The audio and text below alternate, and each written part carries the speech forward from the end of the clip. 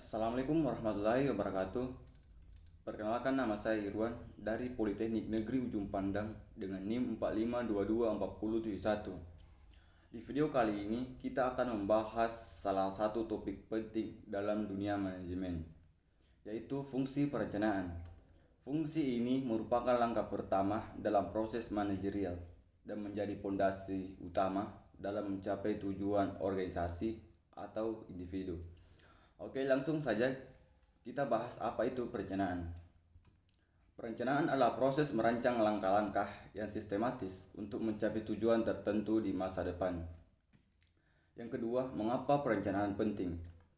Tanpa rencana, kita bisa kehilangan arah. Perencanaan membantu kita membuat keputusan yang lebih baik dan lebih cepat. Contoh sederhana yaitu seperti membuat daftar belanja sebelum ke pasar atau membuat jadwal belajar sebelum ujian. Bagian kedua itu tujuan dari perencanaan. Yang pertama, mencapai tujuan dengan lebih efisien. Kita bisa mencapai target dengan lebih cepat dan tepat karena tahu langkah-langkah yang akan diambil. Yang kedua, menghindari kesalahan. Rencana membuat kita mempertimbangkan risiko sebelumnya sehingga bisa meminimalisir kesalahan. Yang ketiga, mengelola waktu dan sumber daya. Waktu, tenaga, dan uang bisa digunakan lebih efektif saat ada perencanaan yang matang. Bagian ketiga yaitu jenis-jenis perencanaan. Yang pertama, perencanaan jangka pendek. Apa sih itu perencanaan jangka pendek? Perencanaan jangka pendek yaitu fokus pada aktivitas harian atau mingguan, misalnya jadwal kerja mingguan. Yang kedua, perencanaan jangka menengah. Ini berkaitan dengan target bulanan atau tahunan. Contohnya itu menabung untuk membeli motor dalam waktu 6 bulan. Yang ketiga, perencanaan jangka panjang. Ini juga berhubungan dengan visi hidup atau karir dalam 5-10 tahun ke depan. Bagian keempat yaitu komponen utama dalam perencanaan. Yang pertama, tujuan yang jelas. Kita harus tahu apa yang ingin dicapai, karena itu menjadi arah dari sebuah langkah. Yang kedua, strategi dan taktik. Strategi adalah cara besar yang dipilih, dan taktik adalah langkah-langkah kecil untuk menjalankannya. Yang ketiga, sumber daya. Bisa berupa waktu, uang, alat, atau keahlian diperlukan untuk menjalankan rencana. Yang keempat, jadwal waktu. Penting untuk menetapkan kapan setiap langkah akan dilakukan agar tidak menunda-nunda. Bagian kelima yaitu langkah-langkah menyusun perencanaan. Yang pertama itu menentukan tujuan. Langkah pertama adalah mengetahui apa yang ingin kita capai. Yang kedua, mengumpulkan informasi. Kita perlu tahu kondisi dan data yang relevan untuk menyusun rencana yang realistis. Yang ketiga, menyusun strategi.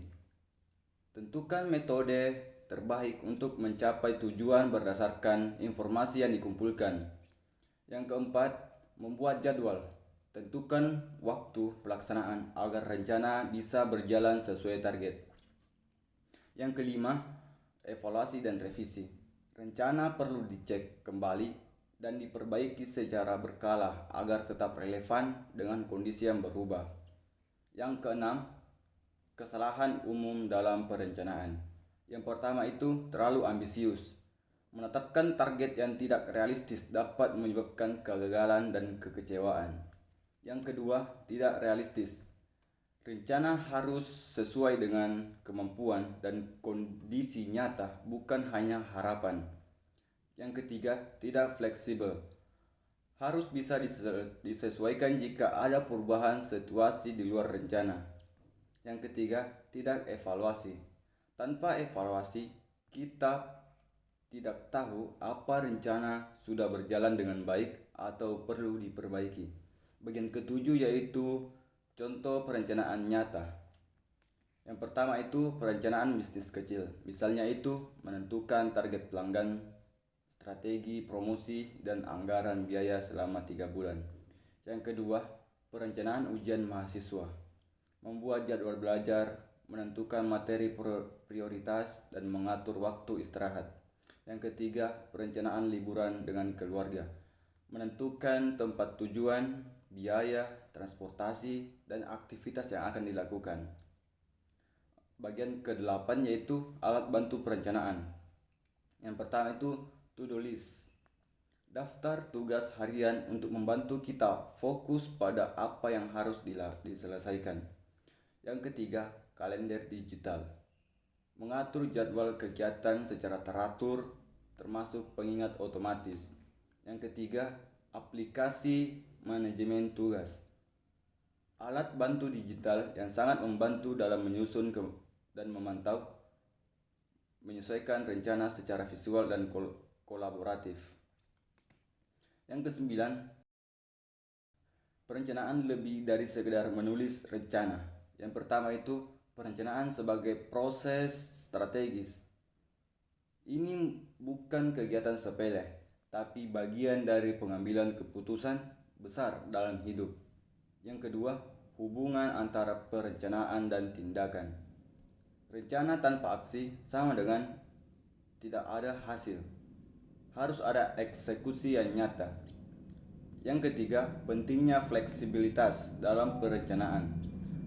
Karena dunia terus berubah, maka rencana pun harus bisa disesuaikan. Yang keempat, perencanaan bukan akhir, tapi awal dari perjalanan. Setelah perencanaan dibuat, tugas kita berikutnya adalah bergerak dan menyesuaikan diri dalam prosesnya. Adapun kesimpulan dari penjelasan yang tadi saya sampaikan yaitu fungsi perencanaan adalah proses menetapkan tujuan dan menentukan langkah-langkah yang harus diambil untuk mencapainya. Perencanaan bukanlah hanya penting di dunia bisnis, tapi juga sangat relevan dalam kehidupan sehari-hari, terutama sebagai mahasiswa. Oke, itu saja yang ingin saya sampaikan. Semoga video ini bermanfaat dan bisa menambah wawasan. Sampai jumpa di lain waktu. Wassalamualaikum warahmatullahi wabarakatuh.